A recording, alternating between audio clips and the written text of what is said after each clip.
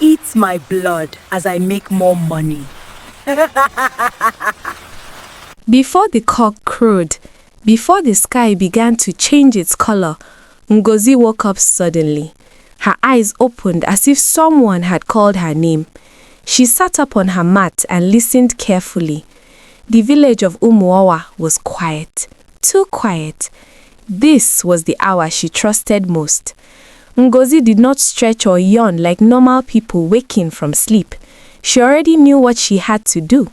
She reached behind her door and pulled out a small plastic bucket. It was always hidden there. She wrapped her old wrapper tightly around her waist and stepped outside. The air was cold and the ground was wet with night dew. No sound came from any house. Even the dogs were asleep. Ngozi walked fast, her bare feet already familiar with the narrow path. She did not greet the morning. She did not greet the spirits. She only walked.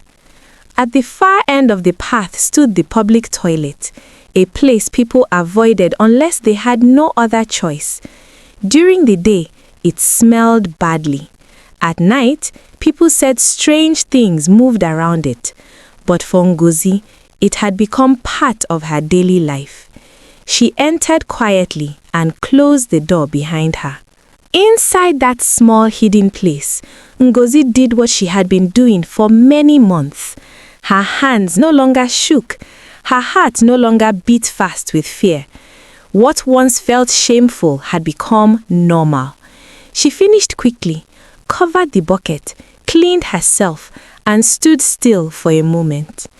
She looked at the bucket and sighed. "This is the price," she whispered to herself.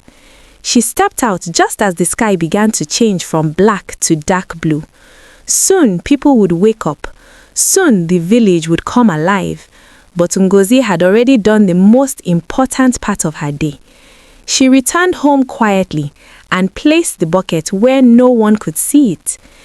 As she lit her cooking fire, the cock finally crowed.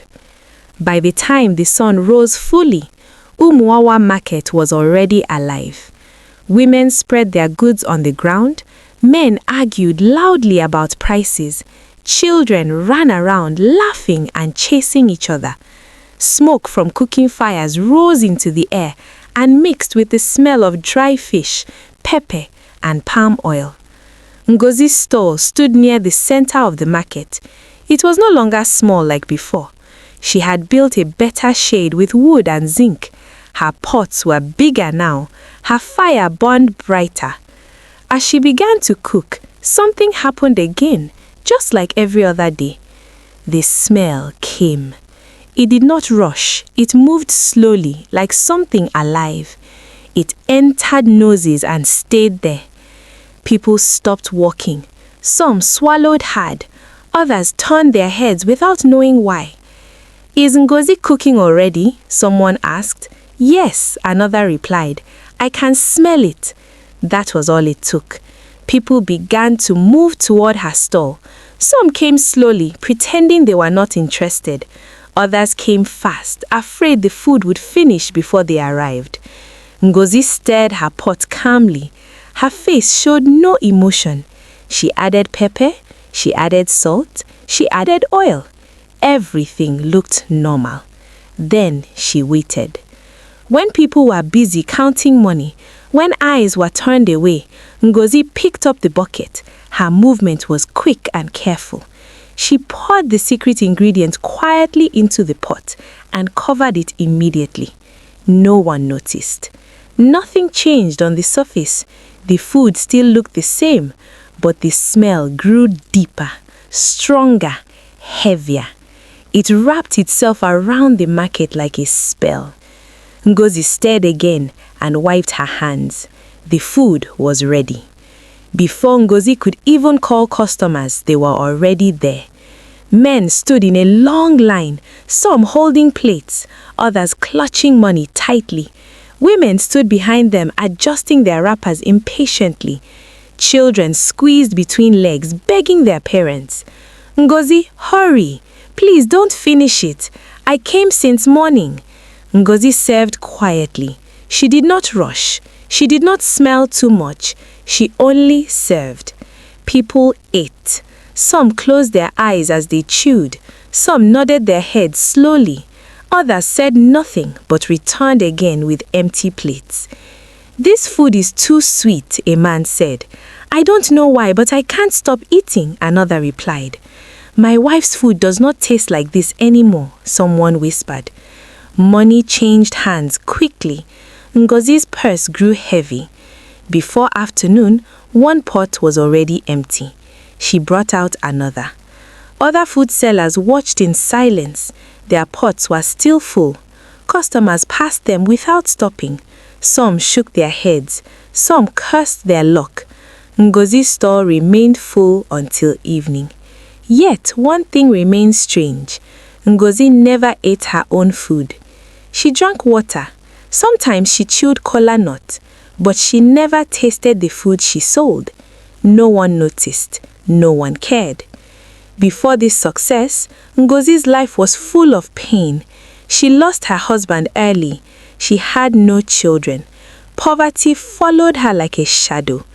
Every business she tried failed. People laughed at her. Some called her unlucky. Some avoided her. Many nights she cried until sleep took her. She asked why life hated her so much. When hard work failed, desperation took its place. That was how she began to listen to stories she should not have listened to. Stories about shortcuts. Stories about forbidden ways to attract customers. Stories elders warned against but never explained fully. Ngozi chose success over honor, and success came. But in African stories, nothing taken from darkness stays hidden forever. That morning, Ngozi woke up late. The sky was already changing color when she opened her eyes. Fear rushed into her chest immediately. "No, no, no," she whispered. She grabbed her bucket and rushed outside without washing her face properly. The village was no longer fully asleep. Somewhere, a woman swept her compound.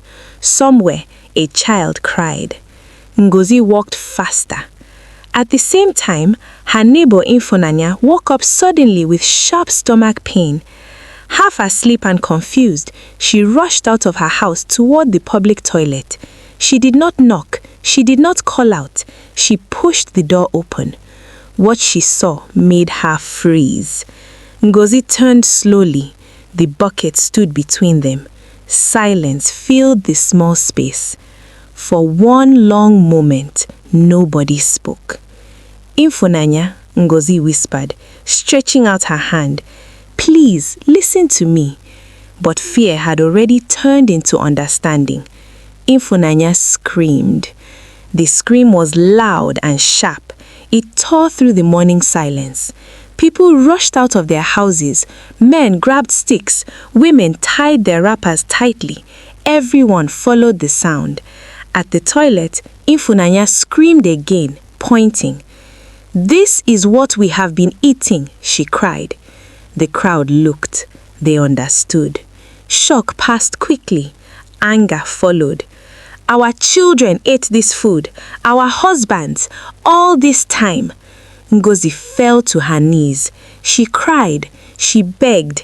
She offered money. She promised to leave the village quietly. But no one listened. Hands fell on her. Words turned into blows. Her store was destroyed. Her pots were overturned. The woman they once praised was now treated like a criminal. When the elders arrived, the beating stopped, but the judgment was already clear.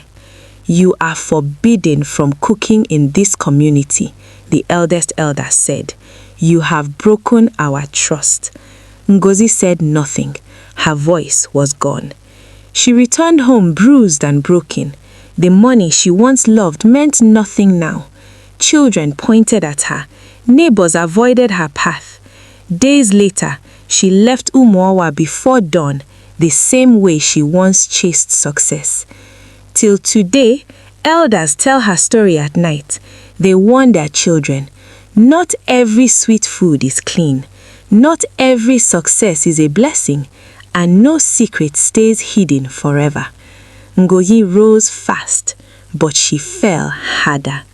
That was how her story ended, in pain, sorrow, disgrace, and disappointment.